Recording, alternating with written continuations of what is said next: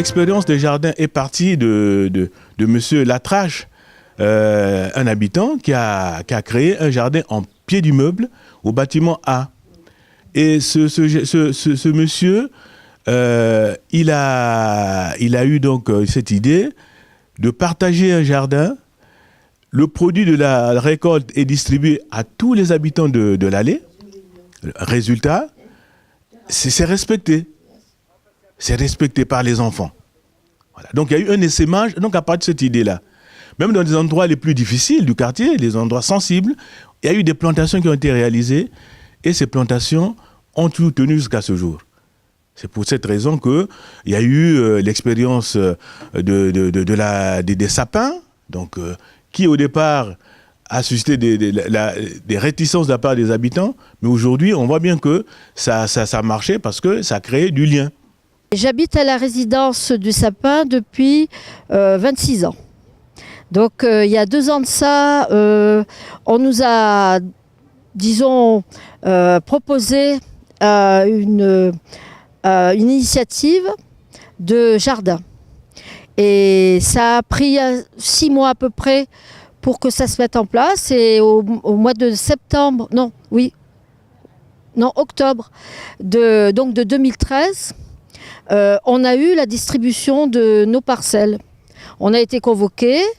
Tout le monde a choisi l'endroit où il voulait s'installer. Les candidatures se sont, disons, spontanément constituées et les gens sont venus petit à petit prendre possession de leurs parcelles à partir du mois de décembre, puisque notre grillage a été installé et disons qu'on avait le portillon installé, tout ça, donc on pouvait faire. Il y aurait dû avoir assez de parcelles pour tout le monde. Parce qu'au départ, le fait avéré, c'est qu'il y a beaucoup de gens qui ont été intéressés, mais qui ne se sont pas engagés. Pour l'instant, il est prévu de faire le bilan de ces parcelles et de voir si, par la suite, on puisse en créer d'autres dans les 3 immeubles, parce que la résidence est composée de 3 immeubles qui ont des pelouses. Depuis que j'avais mon jardin, mon petit parcelle de jardin, j'ai commencé à discuter avec tout le monde. Je connaissais Madame Le Sieur, je connaissais tout le monde. Et après, je me suis investi un petit peu de dire, bon voilà, j'ai réfléchi un peu. J'ai dit, tiens, pourquoi on ne fait pas un tuyau commun pour arroser le jardin? On a fait une cotisation pour avoir le tuyau en commun. Et c'est comme ça qu'on a eu les contacts avec tous les voisins. Et on discutait entre nous, voilà, bon, toi tu fais comme ça, moi je fais comme ça. Et on s'aidait. Et c'est comme ça que j'ai commencé à avoir du goût dans le quartier, à rester dans le quartier l'après-midi dans mon jardin et discuter avec les gens. Toutes les personnes avec qui on se voit, c'est très convivial. Très convivial et aussi ça nous permet de se voir. Parce que c'est quand même 405 appartements. Donc vous multipliez ça par le nombre, presque 1000 personnes. Et il est difficile de se voir quand on travaille, quand on sort, on est pressé. Et donc là, c'est un point de rencontre. Même si les gens ne sont pas intéressés physiquement à ces parcelles, ça permet, quand elles passent, de discuter avec nous. Ça a créé comment on appelle ça, un lien, en quelque sorte. Un lien sur le plan des relations et aussi de montrer quand même que dans une résidence de l'OPAC, on peut faire autre chose que de coucher, de dormir, de manger et d'aller travailler. Voilà. On en a fait également l'année dernière. On a fait 2 plantations à la Caravelle, tout dans la perspective de l'accompagnement du projet urbain, de manière à ce que les habitants puissent se saisir de cette initiative.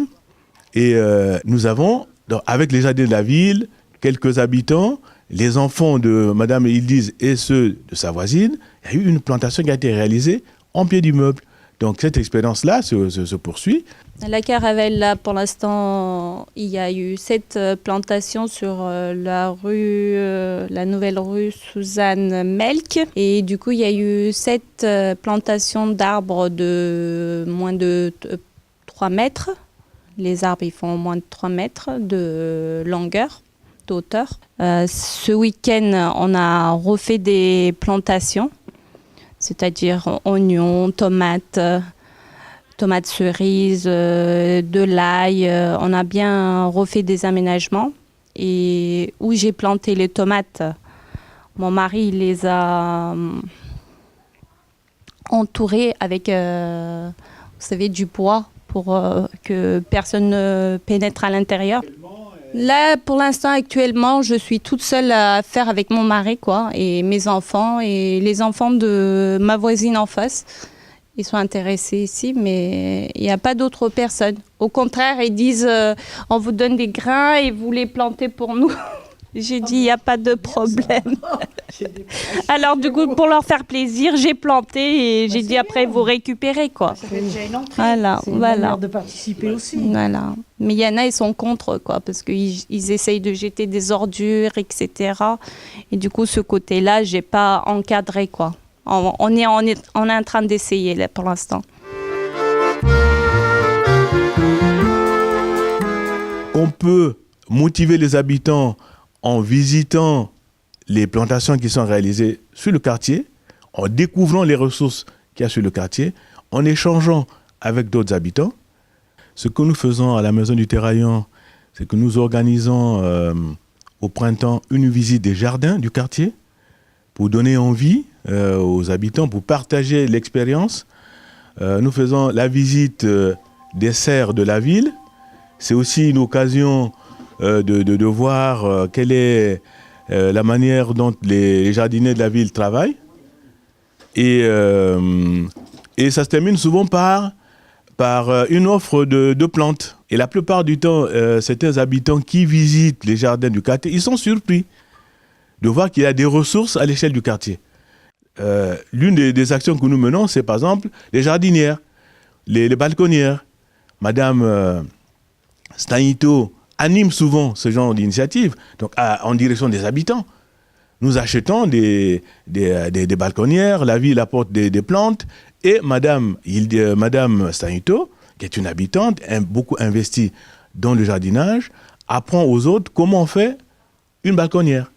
Oui, je pense que la dynamique de la ville de Bron sur notre quartier, avec déjà, disons, l'implantation de bâtiments administratifs, mais surtout, je veux dire, les nouveaux parkings qui ont été aménagés, qui ont une grande partie, je veux dire, de plantations, de fleurs, d'arbustes, d'arbres, etc.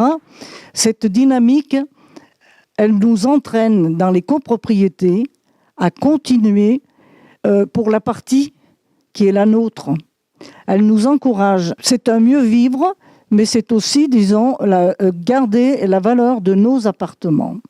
Alors, je me suis attelée à essayer de faire changer. Donc, j'ai commencé devant mon allée à planter, disons, des fleurs, souvent des fleurs et arbustes de récupération. Puis, ça finit par devenir joli. J'ai aussi fait des récupérations sur les jardins de mes sœurs avec des repousses de lilas, avec des touffes de marguerite, etc. Ça commence à ressembler à quelque chose. Après mon allée, je me suis intéressée à l'allée numéro.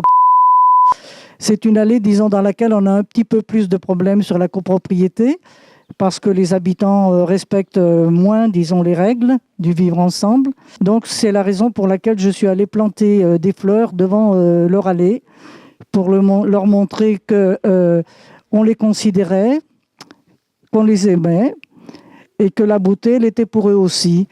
Alors, c'est vrai que, disons, il m'est arrivé, je me rappelle un certain fusain, disons, de l'avoir replanté à 5 reprises, écrasé par les vélos, par les enfants. Je me suis battue, disons, pour qu'on emprunte les chemins qui sont sur la copropriété et qu'on ne fasse pas des chemins partout en traversant au milieu de la pelouse. Ça commence à rentrer. Oui, ben alors moi, quand j'ai commencé, donc c'était un petit carré en bois. Et puis donc, j'ai dit, je vais planter du persil, des choses comme ça. Bon, ça a tenu 2 mois, et puis au bout de 2 mois, je vais un matin et il n'y avait plus le persil, il n'y avait plus le thym. Alors sur le moment, j'étais un petit peu déçue, un petit peu en colère quand même. Puis la deuxième fois, ça a tenu. Déjà, j'avais mis du basilic et il y a un monsieur, il m'a dit, je voudrais bien du basilic. Alors je dis, vous pouvez vous servir, monsieur? Ah non, non, madame, je préfère que vous y soyez, puis vous me donnez. Voilà, donc j'ai trouvé que c'était bien sympathique d'agir comme ça. Voilà, j'ai persévéré, j'ai dit non, je vais continuer. Et puis j'y tiens, mon petit jardin. Ça me motive à sortir de chez moi aussi. Je sors de la maison et puis je vais à mon petit jardin et puis je vais voir madame là. Je lui demande comment vont ses plantations. Et puis on discute un moment. Donc ça crée un lien. Oui, c'est la motivation, comme tu dis. Mais au départ, on ne peut pas comparer les personnes du sapin avec l'ensemble des autres. Parce que nous, on est 4 ou 5 très motivés. On a entraîné les autres parce qu'on a planté, ça a poussé, on a vu le résultat que ça a donné. Donc les autres ont eu envie de prendre aussi un jardin parce que maintenant, on a des listes d'attente. Mais c'est qu'au départ, les 7 ou 8, on était déjà motivés. Je pense qu'il y a toujours, comme dans tout projet, un initiateur. Il faut que quelqu'un prenne conscience qu'il faut se mettre en route et fasse quelque chose. Mais ensuite, il ne faut pas rester seul. Il faut appeler autour de soi d'autres personnes pour les intéresser au projet. Parce que sinon, ça tombe, on est vite fatigué et ça tombe à l'eau. Alors, il faut aussi beaucoup de persévérance. Ne pas se décourager devant les critiques, parce que ceux qui ne font rien, ce sont toujours ceux qui critiquent. Et puis, devant les destructions, les arrachages, on continue. Et moi, je pense pouvoir dire que je l'ai fait et que sur plusieurs années, il y a toujours du progrès et je pense qu'on va encore progresser pour finir par devenir des copropriétés comme toutes les autres.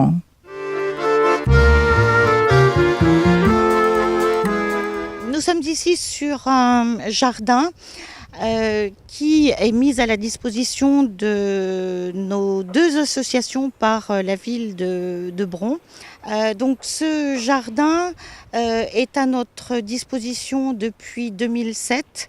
Cette mise à disposition est le fruit d'un travail avec l'équipe de Bron-Terraillon. Nous avons voulu également jouer notre rôle un petit peu au niveau des centres sociaux, pouvoir mettre un jardin à la disposition des enfants où ils puissent venir travailler la terre, planter, arroser, récolter et consommer tous ces légumes qu'ils mettent en œuvre sur cette parcelle. Donc on travaille beaucoup avec les centres sociaux.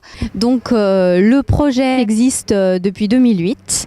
Donc il concerne des enfants environ de 8 ans et demi à 11 ans. Donc, qui sont accueillis au centre social Gérard Philippe.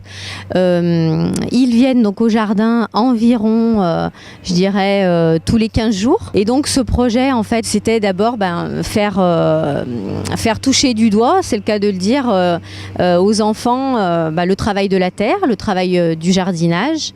Ils peuvent apporter des choses aussi à leurs parents. Donc, ça, par exemple, pour la préparation des repas. Ça peut être des goûters aussi qu'on a fait au jardin. Donc tout ça, c'est comment on consomme, c'est un petit peu du développement durable, c'est tout ça, c'est aussi de l'initiation pour les enfants.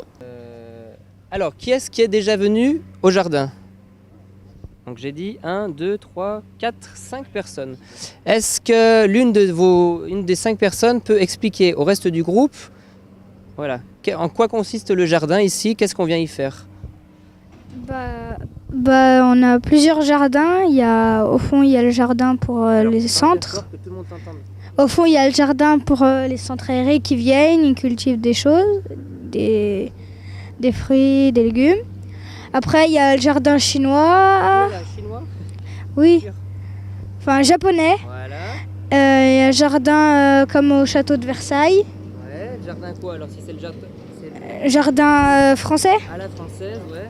Il y a un jardin de curé. Ouais, il est où? Il est à côté du jardin pour les centres. Voilà, tout au fond. Je m'appelle Louane, je suis déjà venue ici une ou deux fois et on a cueilli des fruits et des légumes. On a aussi planté des fruits et des légumes. Et aussi on a fait tout le tour et Joëlle elle nous avait présenté tous les fruits et légumes, les fleurs et les jardins, comment ils s'appelaient, les différentes sortes de jardins. Les jardins, c'est un commencement, mais il y a aussi tout le reste, c'est-à-dire donc la rénovation, la remise en conformité de beaucoup de choses, et surtout que les gens prennent plaisir et se disent pas je rentre dans ma caserne, non, je rentre chez moi. Ça aide à améliorer tous les alentours. Parce que c'est vrai que nous, on a un collège qui passe au milieu de notre cité. Donc, il y a souvent des enfants qui passent et ils jettent leur goûter ou n'importe quoi. Donc, s'ils voient qu'il y a un endroit qui est bien, peut-être ça va les inciter à ne pas jeter leur papier par terre. C'est tout bête, mais voilà. Il faut y aller vers les gens, il faut y aller vers les voisins. Et il a expliqué, même nous, quand on est en train de planter ou jardiner, ils viennent nous poser la question, comment on va planter ça. Un voisin qui ne sait pas planter, on l'aide. On l'explique, on dit voilà, il faut planter comme ça, il faut... et etc. Voilà. On a décidé qu'à partir du printemps, on va proposer un samedi après-midi par mois à ceux qui le désirent, de venir s'initier au jardinage donc sur notre parcelle et avec leurs enfants qui sont les bienvenus. Et j'ai beaucoup d'espoir là-dessus pour faire changer. De toute façon, l'état d'esprit est en train de changer réellement.